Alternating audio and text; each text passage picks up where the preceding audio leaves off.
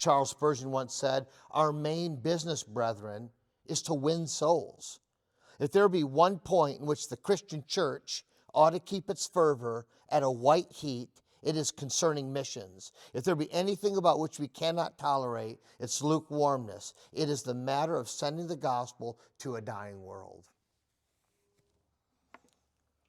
Charles Spurgeon also said we must school and train ourselves to deal personally with the unconverted. We must not excuse ourselves, but force ourselves to the irksome task until it becomes easy. John Wesley said, "Give me 100 preachers who fear nothing but sin and desire nothing but God. I care not a straw whether they be clergymen or laymen. Such alone will shake the gates of hell and set up the kingdom of heaven on earth." Jonathan Edwards said, "Preach abroad. It is the cooping up of ourselves in the rooms that has dampened the work of God, which never was and never will be carried out to any purpose without going into the highways and hedges and compelling men and women to come in."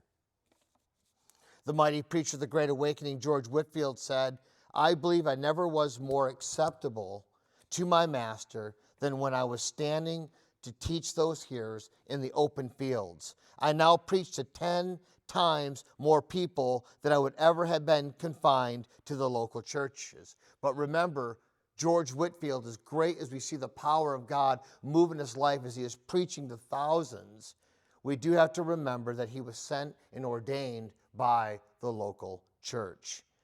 Spurgeon said, "We are not called to proclaim philosophy and metaphysics, but the simple gospel. Man's fall, his need of the new birth, forgiveness through atonement, and salvation as the result of faith, these are our battle axes and our weapons of war."